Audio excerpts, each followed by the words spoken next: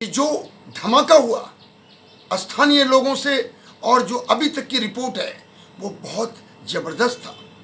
अब वो high explosive का था, लो एक्सप्लोजिव का था, ये पूरी विश्लेषण और जांच के बाद ही जानकारी मिलेगी। मैं अपने अनुभव से ये बोलना चाहूँगा कि जो भी इन्वेस्टिगेशन हो, लेकिन हालात और पुराने नापाक इरादों को देखते हुए इसके अंदर जो भारत सरकार की एजेंसी है, चाहे वो एनआईए हो या और इंटेलिजेंस की जो विंग है, चाहे आईबी हो, और भी जितनी रिक्वायरमेंट है, उन सभी का इस्तेमाल करना बहुत ज़रूरी है। मैं ये बोलने में कोई हर्ज नहीं महसूस करता हूँ कि राज्य सरकार इसके लिए एनआईए को और बहुत जल्द, क्योंकि देरी होने से जो इन्वेस्टिगेशन होती है उसके अंदर कई चीज़ें छूट जाती हैं।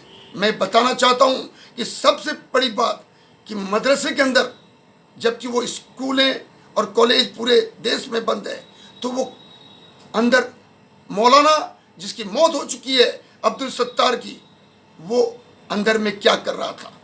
अगर वहाँ पे वो अंदर था तो उस कंटेनर के अंदर जो बम, चाहे वो देसी हो या हाई एक्सप्लोजिव के हो या कोई तारों से जुड़ा हुआ हो या और किसी टेक्निक से आईईडी का उसमें बनाया हुआ हो, वो क्यों रखा गया? प्रश्न ये है कि इतने गांव के इलाके में ये बम आया क्यों और उसको वहाँ रखा क्यों गया? मैं आपको ये भी बताना चाहता हूँ कि अब इस हालात में कुछ ऐसी बातें आ रही हैं। बर्दवान में 2014 के अंदर इसी तरह घर के अंदर बम बनाते हुए 2 आतंकियों की मौत हो गई थी।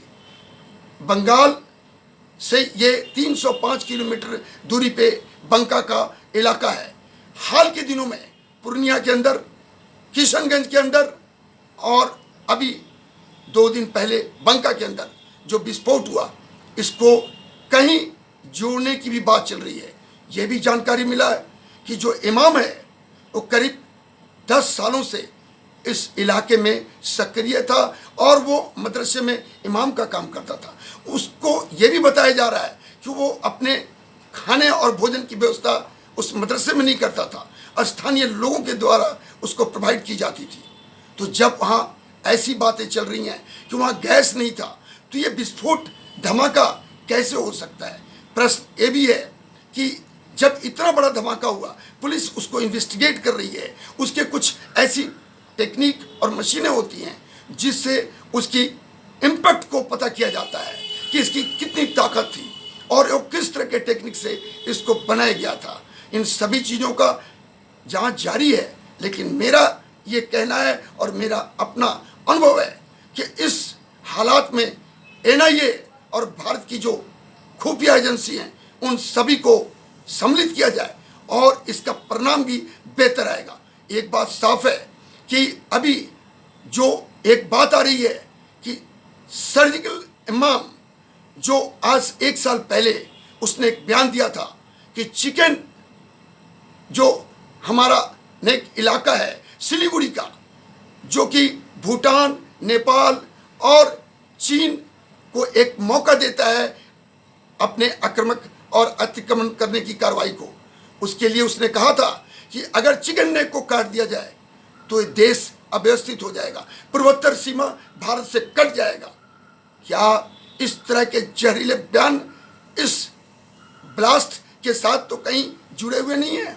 इसको पता करना हमारी मतलब देश के लिए, राज्य के लिए बहुत ही निहायत आवश्यक है। मैं आपको बताना चाहूँगा कि जो पुलिस मुख्यालय ने कॉन्फ्रेंस में ही बताया है कि ये ग्रामीणों का आपसी पैर से भी देसी बमों का विस्फोट भी हो सकता है। ठीक है, बहुत अच्छी बात है, इसका जानकारी, इसकी इन्वेस्टिगेशन होनी चाहिए, लेकिन जो इमाम है उसके बॉडी को 1 दिन के बाद उस इलाके में उसके शव को फेंका गया। इसका लिंक झारखंड से है और ये भी पता चला है कि ये कहीं ना कहीं बरेली के किसी आतंक के साथ भी जुड़ा हुआ है। देखिए, सिक्योरिटी स्टार्ट्स फ्रॉम डाउट, सुरक्षा की शुरुआत शक से होती है। जब इन बातों को हम देखते हैं, ये भी देख रहे हैं, ये किशनगंज, पूर्णिया हाल के जो इंसिडेंट हुए हैं, ये कहीं ऐसा तो नहीं कि बांग्लादेश का जमात मुजाहिदीन जो कि एक आतंकी संगठन है, वो नेपाल के रास्ते और बांग्लादेश के रास्ते भारत के अंदर कुछ न कुछ नापाक हरकत करने के स्थिति में भी अपने आप को बनाना चाहता है। और वो चाहता है कि हमें कोई ऐसा हाइड आउट मिले, ऐसा स्थिति मिले जिससे कि हम पूरी तौर पे यहाँ पे अफरा तफरी पैदा कर सकें। रोहिंग्या का भी इलाका आपके सामने है। मैं ये बोलना चाहता हूँ कि इस बंका के ब्लास्ट में राजनीति ना हो, किसी दलीय स्वार्थ की बातचीत ना हो। यहाँ पे सीधी बात है कि इस ब्लास्ट के इम्पैक्ट और इनके तार कहाँ से जुड़े हुए हैं, इसकी पूरी इन्वेस्टिगेट हो।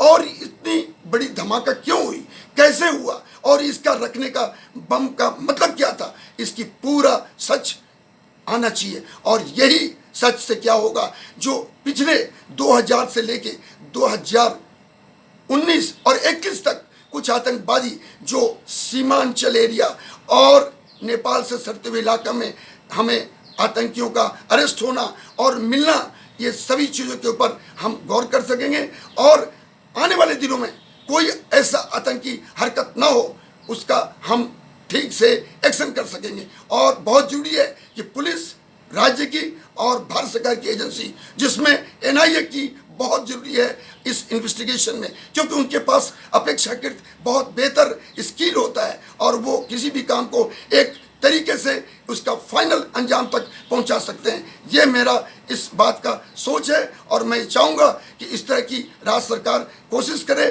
कि इसके बारे में पूरी जानकारी प्राप्त हो जाए और कोई आने वाले दिनों में आतंक का साया राज्य पे और भारत के ऊपर ना हो। यही मेरा अपना सोचने का तरीका है।